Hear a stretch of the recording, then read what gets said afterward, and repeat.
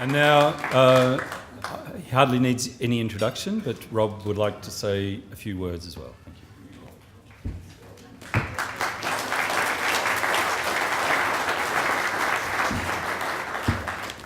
you. Wow. It's good going last. You get to reply, Michael.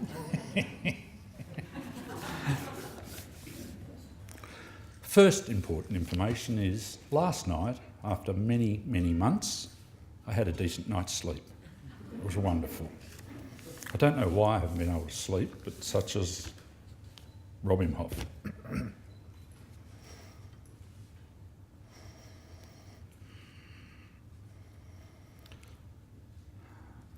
A friend asked to keep it short today, and I said, I am.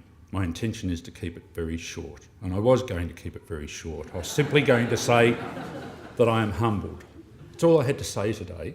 I have nothing to say about my work, because if it doesn't speak for itself, it shouldn't be in the gallery. But I need to share, obviously, little bits as I always do. A couple of people ask, why Ballarat? Obviously, those that know me would know the simple response is, why not Ballarat? As I said to Gordon Morrison, the director of the gallery, when he acknowledged my request to talk, that we should have a show, was his immediate response, that I was very moved. I was very touched, and it meant a lot to me. There are various galleries in this country that one can exhibit their work in, but Ballarat is very special to me. My family history goes back 150 years here in Ballarat, where my grandmother's family emigrated from the UK to their house at Soldiers Hill just up the road here. So throughout my whole childhood and my life, Ballarat was on the compass. It was a big thing. My grandmother was born here at Soldiers Hill in 1868. And in 1896, married my grandfather in Lydiard Street here.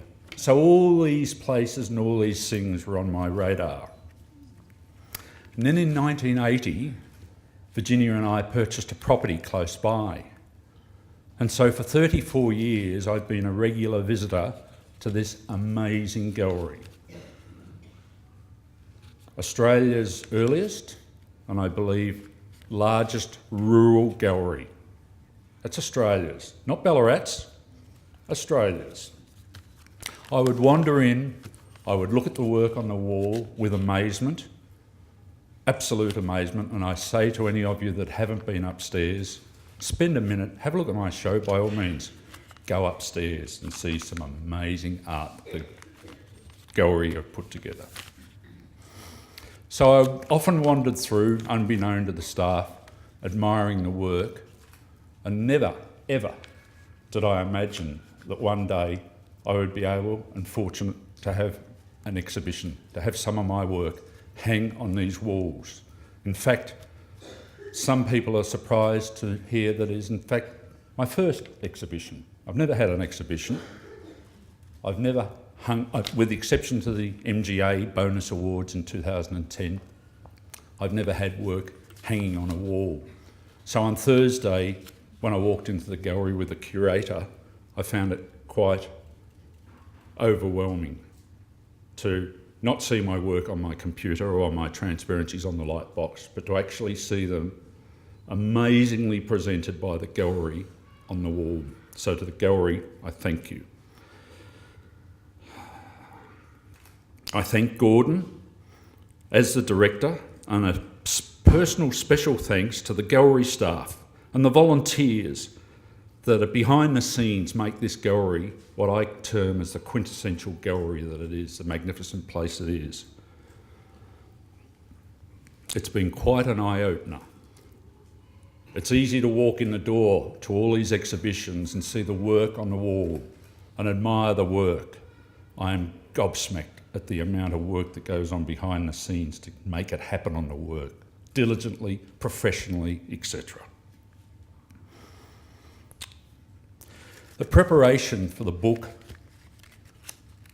and the exhibition, as Paul was mentioning before, has taken a long time. It's taken 7 years when I was first approached, partially slowed by an illness in my life that needed to be taken care of.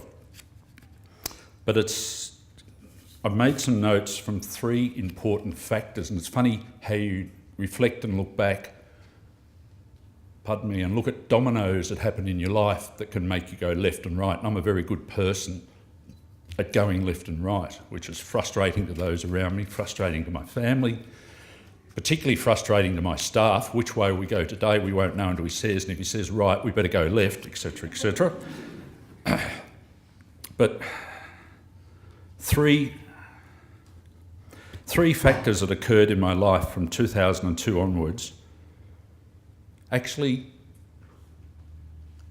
by default, created the opportunity to put this collection together and this book together.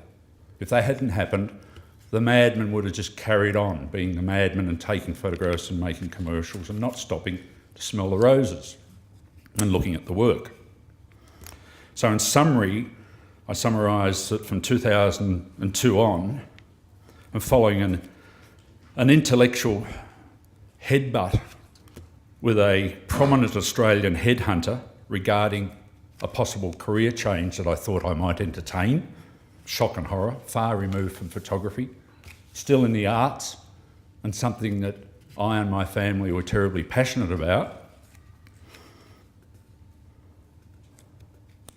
ceased to continue on, as I said, when the headhunter and I had an Imhoff headbutt. And then a head-first collision with my maker. I don't know if you've all got a maker, but I've got a maker, and I found out about my maker on the 21st of October 2004. It left me flat on my back for a period. And then I experienced rejection. Rejection of my services at a leading university that wanted not somebody that's been at the coalface, but someone that's read the books, as education is today, God bless them.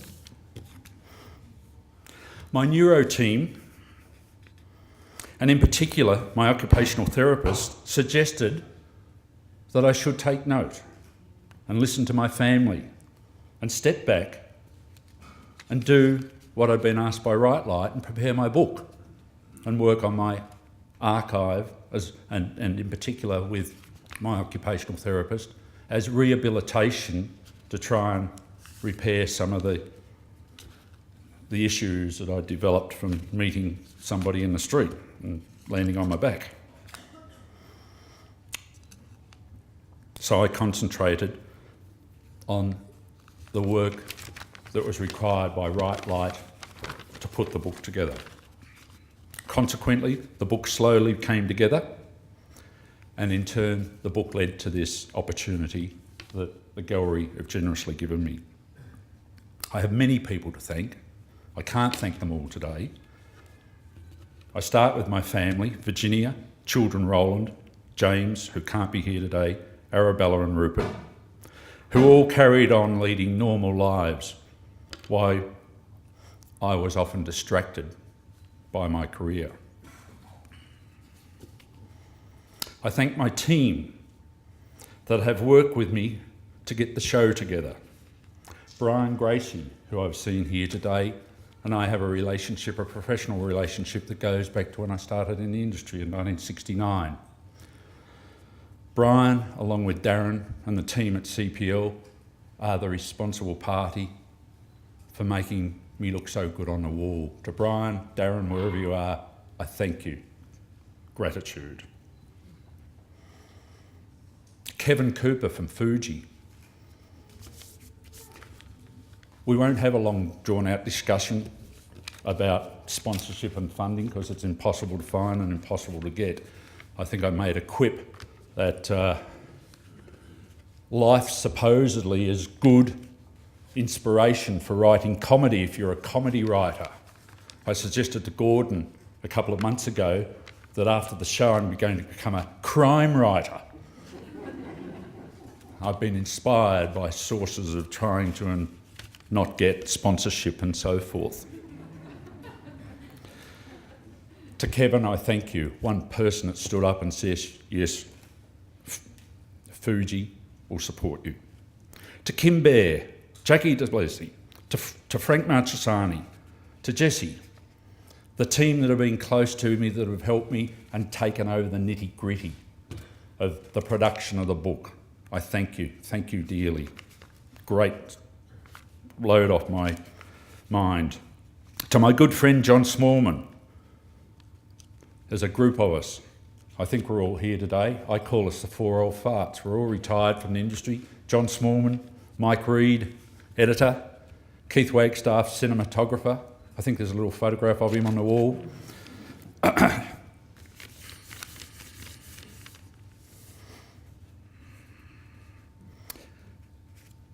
important little group of getting together and doing things, and John has stood up. John's been at the end of the phone. Jan will confirm, 24/7 to take my calls of, what do you think, mate? Or more importantly, John would say to me, do you think that's right? Which means, of course, it's not right, etc., etc. I have a very special thanks to two people that I haven't seen today, I don't think are here. I know that they both sent apologies, but if they're like me, they send apologies and turn up anyway. Urologist Jack Wodak and occupational therapist Bronwyn Farquhar, for their encouragement, their nurturing, and their direction on how to run with my life since suffering the stroke. Have seen and helped me and assisted through an incredible time, and I've been very lucky indeed. I have a special thank you to a number of people, many that I've spoken to in the last months, and the most delightful process in all this has been to reconnect with a lot of the people that I've photographed. And I thank them for the time and effort that they've given me in the engagement and exchange that we've had in front of a camera. I thank them. I thank Michael Smith, not only for his words today, but for his friendship and the friendship that I shared with his father. It's been ongoing, it's been fun. He mentioned the photograph of his father and Carol Jerams. He didn't mention that we got together and reenacted it at a Brummel show a couple of years ago. Michael playing his father is something to be seen. He wouldn't give me his glasses, but I have my own. To Paul and his partner Victoria Jeffries from Right Light, again, all my clients could have told you what the ride's going to be like. You now know, you can tell them. And to Professor Helen Ennis for her wonderful introduction to my book. Known Helen for years, professionally speaking. She's an incredibly busy person as she gives enormous amounts to the next generations in her role. And so we had an undertaking. It was a simple one. Helen, if you don't like the work, and a lot of people have not seen my work before the book and before hanging it on the wall, so I haven't really been that fussed. It's more about doing it. I said to Helen, don't like the work, don't do the book. If you're too busy, don't do the book. If you can do the book, write the introduction, I need it on this given date. A day before I get an email. Be on your desk in the morning, Rob. Phone call the following day. You want me to change anything? Can you write one about me, please? Helen, thank you. Can't be here today. Hopefully we'll come and do a floor talk later in the exhibition, but she's currently overseas and couldn't be here. I'm going to jump ahead and a quick thanks to John Spooner. John, I don't know if you're here. I've been looking for you. Michael and I have been looking for you. You said you were going to turn up. No, probably not. Anyone want to play John Spooner? John did a little piece, conspired with me to do a little alteration to a cartoon that I'd seen that he did. And we spoke during the week. And he did a little alteration. It's sitting in there with my cameras on one of the display panels. What was amazing weren't only the degrees of separation in our lives and the activities that he does and shares with one of my sons, etc., but the basic fact that we share a common belief. It's expressed in that card.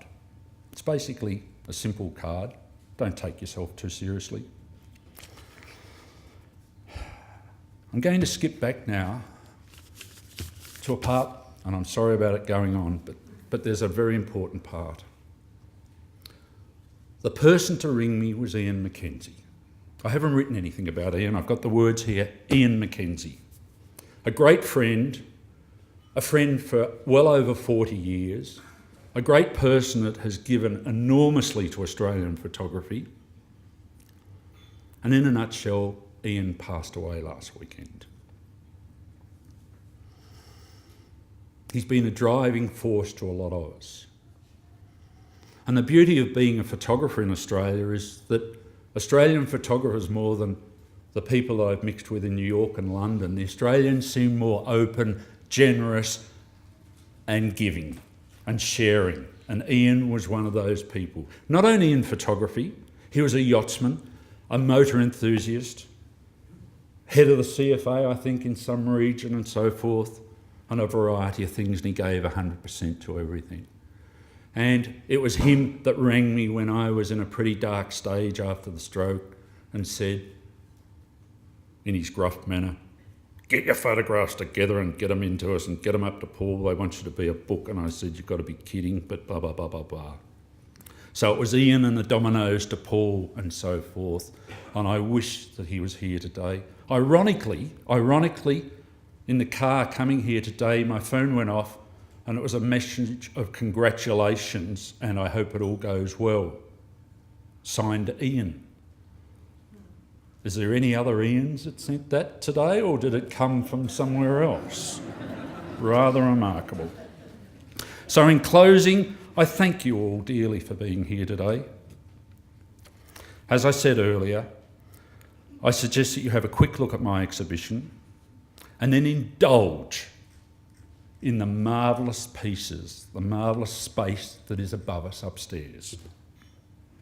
An outstanding collection that pays testimony to the tireless work that is carried out by the people behind the scenes in this wonderful gallery. I thank you, and I thank the gallery.